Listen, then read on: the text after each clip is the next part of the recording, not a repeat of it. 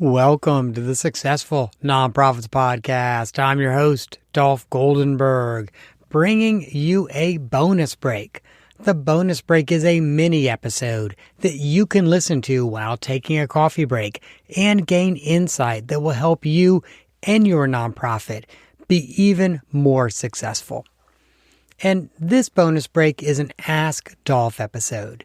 We've done a couple of these already, and almost every week I get questions from listeners or former clients or others who just want some quick advice. And I'm always happy to respond.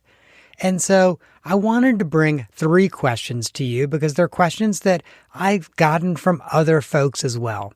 I've always got to start by saying that I try very hard to keep it anonymous. So I will change names, change locations and cities, and sometimes even change genders, because I never want anyone to feel like I am throwing them under the bus or I am airing their question out publicly without their permission to do so. So the first question came from a webinar participant. About maybe a month and a half, 2 months ago, we did a webinar on strategic planning. And the participant asked this question. A donor has asked us to share our strategic plan at the end of next week, and we have never really had a proper written plan. Any recommendations, Dolph, on how I can pull something together?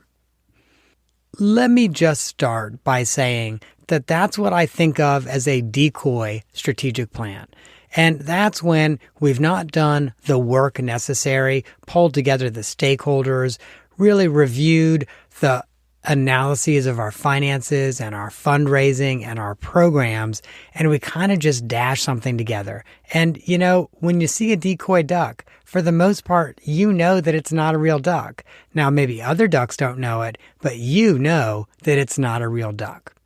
And so, in a nutshell, I would strongly recommend that you not throw together a decoy strategic plan. Because here's what's going to happen. You're going to throw it together. If it's due sometime the next week, chances are you're going to throw it together with only a few hours of work. And you're going to send it over to your funder. And your funder's going to think one of 2 things. They're either going to think, wow, this is not a great strategic plan. I don't really see all the components that I would expect to see, and I don't have a sense that the work was done that is necessary for this to be a good strategic plan. So in that case, and by the way, that's probably your best case, if you throw together a decoy plan and send it over, they'll just think, you had a bad consultant and you didn't get a great plan. But the worst case scenario is the funder looks at that and they know it's a decoy. They're like, yeah, this isn't a real plan.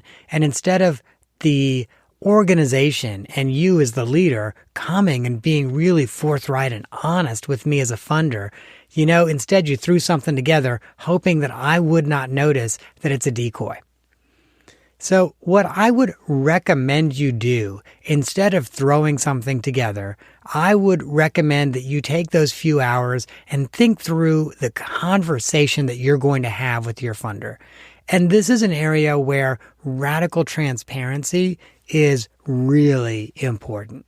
So I would just say to the funder, hey, we have never really had a strategic plan. We were kind of thrown off when you asked for it, but we know that this is something that we should be working on. And we're hoping to start a planning process and then be honest about when you think you might start it in the next year, in the next 2 years. And by the way, this is also a great opportunity for you then to ask them to give you additional dollars to actually put together a plan.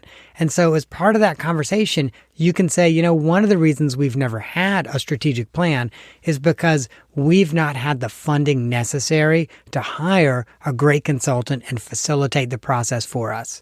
So as you're thinking about your grant or your gift this year, we hope you're going to consider maybe something extra that will help us hire a consultant and put together the plan. And so that question again came from one of our webinar participants a couple months ago. And as I'm thinking about webinars, I also just want to let you know that we have a webinar coming up later in May, on May 26th, and we are going to be sharing information about onboarding your new chief executive. So if you are on the board or if you are a newer chief executive and you're interested in finding out what a great onboarding plan looks like that really sets the chief executive up for success, then please make sure you go to successfulnonprofits.com and register for that webinar. It is a totally free webinar. The next question came from a podcast listener who emailed me from the website. And here is what the listener wrote. Hey, Dolph, I'm a fan of the podcast and the information and advice you have in both the podcast and the blog. In the episode about Executive Director Board Reports, which helped me immensely, you mentioned that you would add a template for a dashboard to a future blog post. I'm searching and can't find it anywhere on the website. Is this still a future item, or am I just not knowing where to look? I've been wanting something like that for months. Thanks for your help. So first of all, let me say thanks for the kind words about the podcast and the blog. One of the reasons that I do the podcast and one of the reasons I do the blog is I know that a lot of organizations are looking for technical support that is easily available at no cost. And this is part of how Successful Nonprofits and myself, how we fulfill that mission.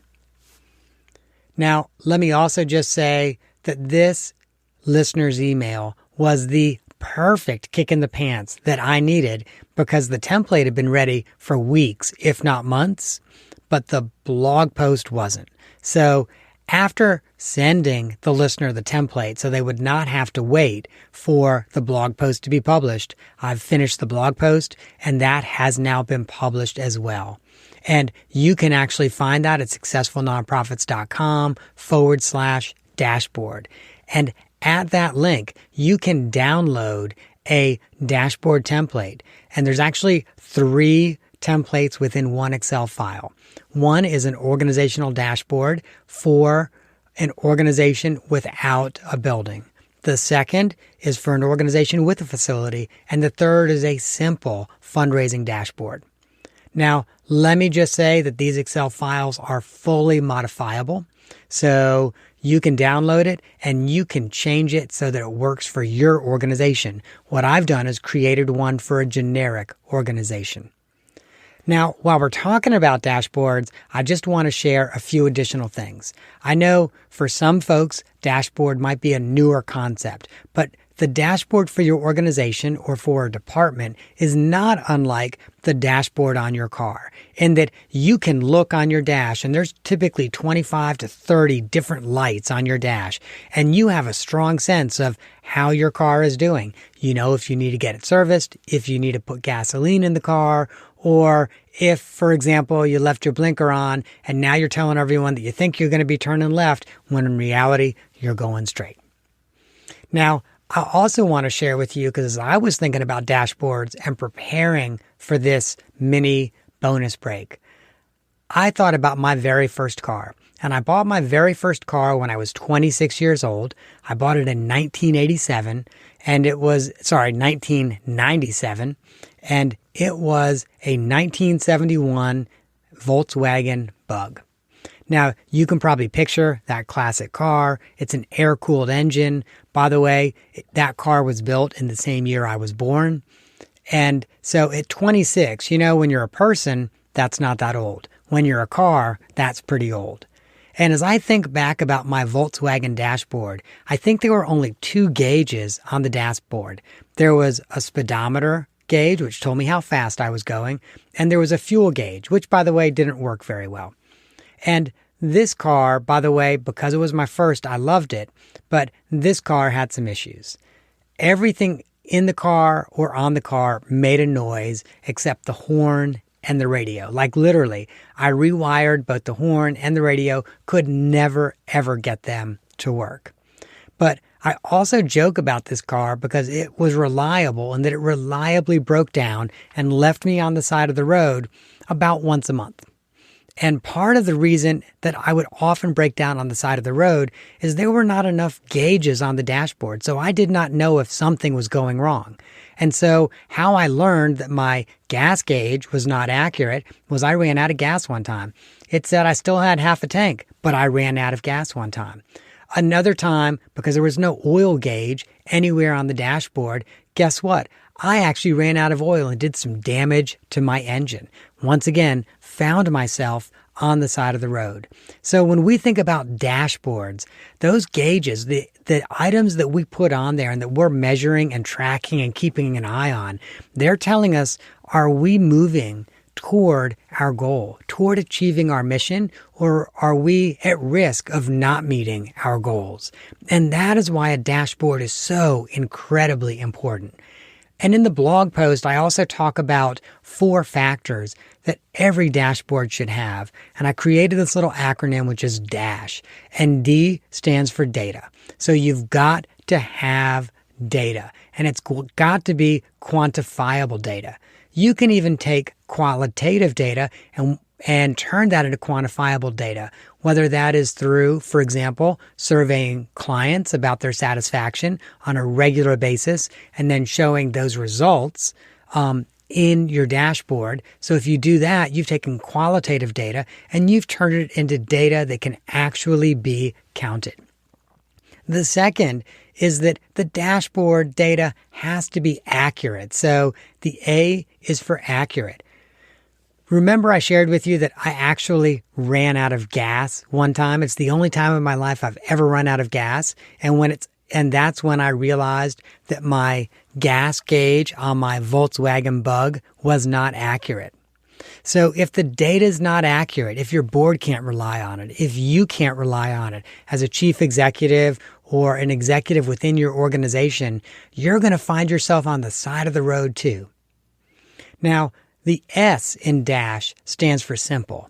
And I think about simple in 2 ways. The first is it has to be simple for you and the people who are putting it together. If this takes you 10 hours to put together and you're going to try to get this dashboard out once a month, guess what? It's not going to happen because it's too labor intensive. So really look for the data that you're already generating in some way. That's easy in your financials because you should be generating financial data every month no matter what. It might be more difficult on things like programs or donor data. But in some cases, it means that you will need to start generating that data on a monthly basis. And in the ideal world, that not only is used in the dashboard that you share with your board, but it's also used as a management tool within each of your departments. And if you're the chief executive, as you're working with each one of your senior leadership team members. Now, when I say simple, I also mean something else. You have to be able to understand it easily. So if you're giving this dashboard to a funder who has never seen your dashboard before, can they look at it and in about 3 to 5 minutes have a general sense of how your organization is performing programmatically, financially, fundraising, etc. Now, if they can do that in 3 to 5 minutes, it is simple enough for your average reader who you might be sharing it with. And the very last thing, H in DASH, is high level. Everything that you share in your dashboard needs to be high level. You don't want your board in the weeds, but you also don't want to have so much on your dashboard that there's 150 different items because people aren't going to actually review that. Even when it's color coded with something like red, yellow, and green, people are not going to review it. Now, if you want more information about dashboards, I've got more tips in that blog post at successfulnonprofits.com/dashboard. The very last question that I'm going to share today comes from a blog reader. And I got emailed to me from the website, and the person says this: I just read your blog post about board expectations, and you seem to require a lot from a board member. I actually shared the post with my board chair, and we both think that it's hard enough finding board members now. If we have such high demands of our board members, we aren't going to have anyone on our board. I understand that feeling. And quite frankly, I have actually had board members sometimes say that to me in a sidebar conversation as we're developing expectations. My general take on this, though, is, do you know what would be even worse? Having really low or no standards for your board members and finding people who barely meet them. Then you've got a low-performing board that frustrates the chief executive, is not doing their job, and frankly, harms the organization's ability to be successful. The second thing I will often say is, let's unpack these board expectations, because when I talk about them, and these are the 4 that I talk about in that blog post, what we're talking about are meeting attendance, committee participation, giving, and fundraising. Now, the first 2 are just non-negotiables. You can't be on the board if you aren't going to be attending meetings. And we're not even talking 100% of meetings. But if you can't make it to at least 3/4 of the meetings that your board is having, it is very difficult for you to actually engage in the governance activities that you are supposed to be doing. And so for me, those 2 are just non-negotiable. And if someone is too busy to attend board meetings, you know what? They are probably too busy to do all of the rest of the work that you are looking for from your board outside of meetings. The second 2, though, giving and fundraising, that's a bar that the board sets for itself. They decide what is the right amount that everybody should be personally giving, and if there's a fundraising requirement, what amount everybody should be fundraising. But here is what I do know. Board members that make a contribution that is significant for them and their household are more engaged board members. And board members who ask someone else to give as well, even if it seems a little scary to them, even if it feels a little uncomfortable, board members who ask someone else to join them as a donor to the organization, you know what happens? Suddenly, their own commitment expands. They feel closer to the organization and they feel more invested in the organization.